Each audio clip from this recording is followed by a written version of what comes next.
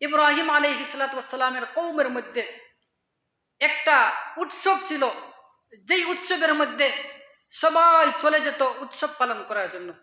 তাদের উৎসব যখন আসলো, আসার পরে তারা সকলে উৎসবের মধ্যে যাবে। একদল আসলো ইব্রাহিম আলাইহিস সালামকে দাওয়াত দেওয়ার জন্য, উৎসবে যাওয়ার জন্য। তারা এসে আমন্ত্রণ করলো, ইনভাইট করলো যে আসো আমাদের উৎসবের মধ্যে, আমাদের উৎসব পালন করো, দেখে যাও। ইব্রাহিম আলাইহিস সালাম সুন্দর জবাব দিলেন। কি জবাব দিলেন? আল্লাহ পাক রব্বুল আলামিন 37 নম্বর সূরা আস-সাফফাতের 89 এবং থেকে নিয়ে 93 নম্বর আয়াত পর্যন্ত আল্লাহ পাক রব্বুল আলামিন সেই ঘটনা উল্লেখ করতেছেন। তারা যখন ইব্রাহিম আলাইহিস সালামের কাছে দাওয়াত দিল, তিনি জবাব দিলেন, ফাকালা ইন্নী সাকিম। ইব্রাহিম আলাইহিস সালাম জবাব দিলেন, আমি অসুস্থ, আমি তোমাদের সাথে যেতে পারবো না। ফাতাওয়াল্লাউ আনহু মুদবিরিন। এরপরে তারা ইব্রাহিম আলাইহিস সালামের কাছ থেকে পৃষ্ঠ প্রদর্শন করে চলে গেল। তারা সমস্ত লোক তারা উৎসব পালন করার জন্য চলে গেল। রয়ে গেলেন শুধু ইব্রাহিম আলাইহিস সালাম। ইব্রাহিম আলাইহিস সালাম ফারাগা ইলা আলিহাতিহিম ফাকালা আলা তাকুলুন। তাদের মূর্তির ঘরে প্রবেশ করলেন। যেখানে মূর্তি রাখা হয়, পূজা করা হয়, ওই মূর্তির ঘরের মধ্যে ইব্রাহিম আলাইহিস সালাম প্রবেশ করলেন। প্রবেশ করার পরে বললেন যে আলা তাকুলুন, তোমরা কেন খাচ্ছ না? তোমাদের সামনে খাবার রাখা, সুস্বাদু খাবার, তোমরা কেন খাচ্ছ না? মা লাকুম লা তানতিকুন। ইব্রাহিম আলাইহিস সালাম বললেন, তোমাদের কি হলো? তোমরা কেন কথাবার্তা বলতেছ না? আমি তোমাদেরকে জিজ্ঞাসা করতেছি, প্রশ্ন করতেছি, তোমরা কেন আমার প্রশ্নের জবাব দিচ্ছ না?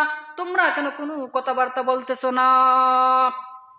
ফারাগা আলাইহিম যারবাম বিল ইয়ামিন।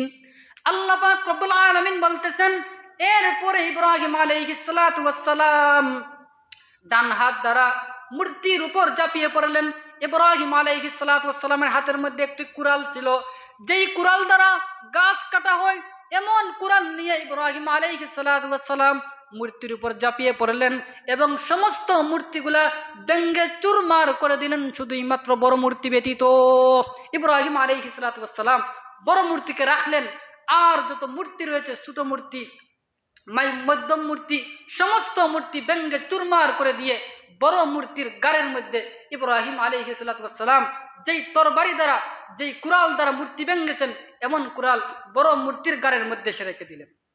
লোকেরা যখন তাদের উৎসব থেকে ফিরে আসলো, আসার পরে মূর্তির ঘরে প্রবেশ করলো। প্রবেশ করার পরে দেখলো যে মূর্তিগুলা ভেঙ্গে চুরমার হয়ে গেছে। তখন একদল বলল যে আমরা একজন যুবকের নাম শুনেছি, যেই যুবক আমাদের মূর্তিগুলার সমালোচনা করে, এই যুবকের নাম হলো ইব্রাহিম, কাজেই ইব্রাহিম আমাদের মূর্তিগুলা ভেঙ্গেছে। এরপরে তারা ইব্রাহিম আলাইহিস সালামের কাছে আসলো। আসার পরে বলল, 21 নম্বর সূরা আল আম্বিয়া 62 থেকে 63 নম্বর আয়াত পর্যন্ত আল্লাহ পাক রব্বুল আলামিন বলতেছেন, ক্বালু আআনতা ফাআলতা হাযা বিআলিহাতিনা ইয়া ইব্রাহিম। তারা ইব্রাহিম আলাইহিস সালামের কাছে আসলো। আসার পরে বলল, হে ইব্রাহিম, তুমি কি আমাদের মূর্তির সাথে এমন করেছো? তুমি কি আমাদের মূর্তিগুলা ভেঙ্গে চুরমার করে দিয়েছো? ক্বালা বাল ফাআলাহু কাবীরুহুম হাযা ফাসআলুহুম ইন কানু ইয়ানতিকুন। এরপরে ইব্রাহিম আলাইহিস সালাম তাদেরকে বললেন, বরং তোমরা বড়টাকে জিজ্ঞাসা করো, হয়তো বড় মূর্তি তাদের উপর গুসা করে মূর্তিগুলা ভেঙ্গে দিয়েছে। যদি বড় মূর্তি কথা বলে থাকে, তাহলে তোমরা বড় মূর্তিকে জিজ্ঞাসা করে দিয়ে মূর্তিগুলাকে ভেঙ্গেছে। ইব্রাহিম আলাইহিস সালাম একতার মাধ্যমেও তাদেরকে তাওহীদের দাওয়াত দিচ্ছেন, তাদেরকে বুঝাতে চাইতেছেন যে যেই মূর্তি কথা বলতে পারে না, যেই মূর্তি মানুষের কোনো উপকার করতে পারে না, এমন মূর্তির কখনো পূজা করা যাবে না, এমন মূর্তিকে কখনো মান্য করা যাবে না। এরপরে ইব্রাহিম আলাইহিস সালামের এই সংবাদ যখন নমরুদের কাছে গেল, তখন নমরুদ ইব্রাহিম আলাইহিস সালামকে তলব করলো তার সিংহাসনের মধ্যে। ইব্রাহিম আলাইহিস সালাম তার সিংহাসনের মধ্যে গেলেন, তার রাজপ্রাসাদের মধ্যে গেলেন। যাওয়ার পরে নমরুদ ইব্রাহিমকে জিজ্ঞাসা করলো, হে ইব্রাহিম, বলো তোমার রবকে। ইব্রাহিম আলাইহিস সালাম বললেন, আমার রব হলেন আল্লাহ পাক রব্বুল আলামিন।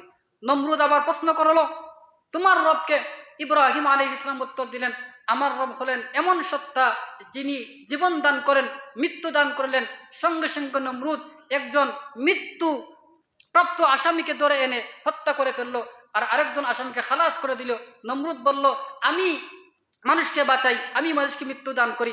এরপরে ইব্রাহিম আলাইহিস সালাম বললেন, আমার আল্লাহ পূর্ব দিকে সূর্য উদিত করেন, তুমি যদি পারো পশ্চিম দিকে সূর্য উদিত করো। ফাবহিতাল্লাযীনা কাফার। এরপরে নমরুদ সে আশ্চর্য হয়ে গেল, সে আর কোনো কথাই বলল না। ইব্রাহিম আলাইহিস সালাতু ওয়াস সালাম এভাবে যখন তাওহীদের দাওয়াত সর্বোচ্চ পর্যায়ে দিলেন, নমরুদ যখন ইব্রাহিম আলাইহিস সালামের সাথে তর্কের মধ্যে পারল না, তখন সে তার মন্ত্রীদেরকে নিয়ে একটা মিটিং করলো, বলল ইব্রাহিমকে কঠিন শাস্তি দিতে হবে। ইব্রাহিমকে কেমন শাস্তি দিতে হবে? আল্লাহ পাক রব্বুল আলামিন বলতেছেন 21 নম্বর সূরা সূরা আম্বিয়ার 68 থেকে আয়াত থেকে নিয়ে 69 নম্বর আয়াত পর্যন্ত, ক্বালু হাররিকুহু ওয়ানসুরু আলিহাতাকুম ইন কুনতুম ফাইলিন। তারা বলল, তোমরা আগুন প্রজ্বলিত করো এবং তোমাদের প্রভুদেরকে সাহায্য করো। যদি তোমরা সত্যবাদী হয়ে থাকো তাহলে তোমরা আগুন জ্বালাও এবং তোমরা তোমাদের প্রভুদেরকে সাহায্য করতে থাকো। নমরুদ বিশাল বড় এক অগ্নিকুণ্ড নির্মাণ করলো, যেই অগ্নিকুণ্ডের মধ্যে সাইয়্যিদুনা ইব্রাহিম আলাইহিস সালামকে পালানো হবে এবং তাদের সামনে জ্বালানো হবে।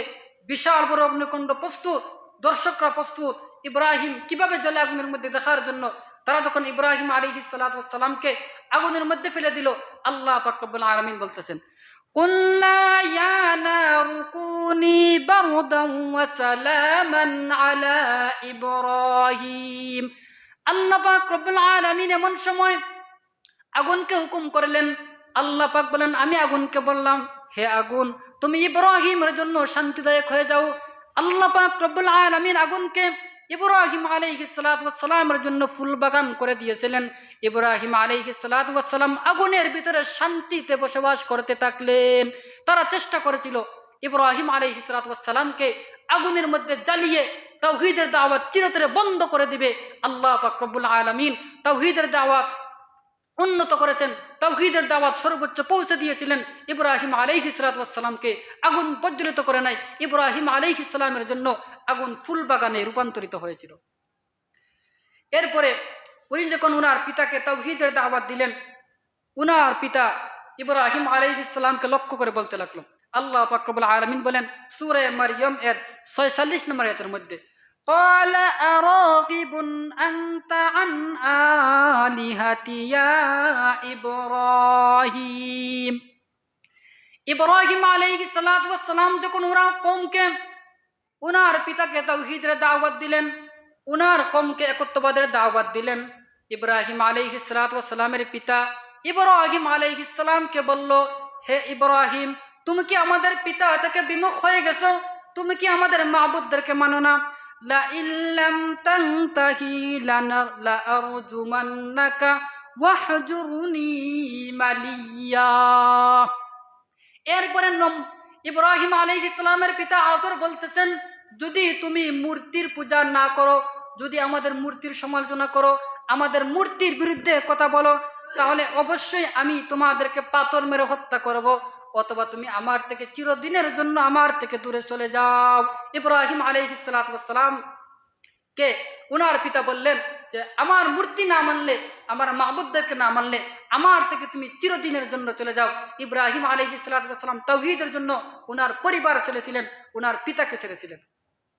আল্লাহ পাক রব্বুল আলামিন বলেন, ইব্রাহিম আলাইহিস সালাতু ওয়াস সালাম বলতেছেন, ক্বালা সালামুন আলাইকা। ইব্রাহিম আলাইহিস সালাতু ওয়াস সালাম উনার পিতাকে সালাম দিলেন আর বললেন, আমি আপনার থেকে চিরদিনের জন্য চলে যাচ্ছি। সাআস্তাগফিরু লাকা রাব্বি, আমার রবের কাছে আপনার জন্য প্রার্থনা করব যাতে আমার রব আপনাকে হেদায়েত দান করেন। এরপর ইব্রাহিম আলাইহিস সালাম বলেন, ইন্নাহু কানা বি হাফিয়া, আমার রব আমার প্রতি অত্যন্ত দয়ালু, আশা করি আমার রব আমার কথা শুনবেন। ইব্রাহিম আলাইহিস সালাতু ওয়াস সালাম উনার সম্প্রদায় থেকে, উনার কওম থেকে পৃথক হয়ে গেলেন। আল্লাহ পাক রব্বুল আলামিন বলতেছেন, وأعتزلكم وما تدعون من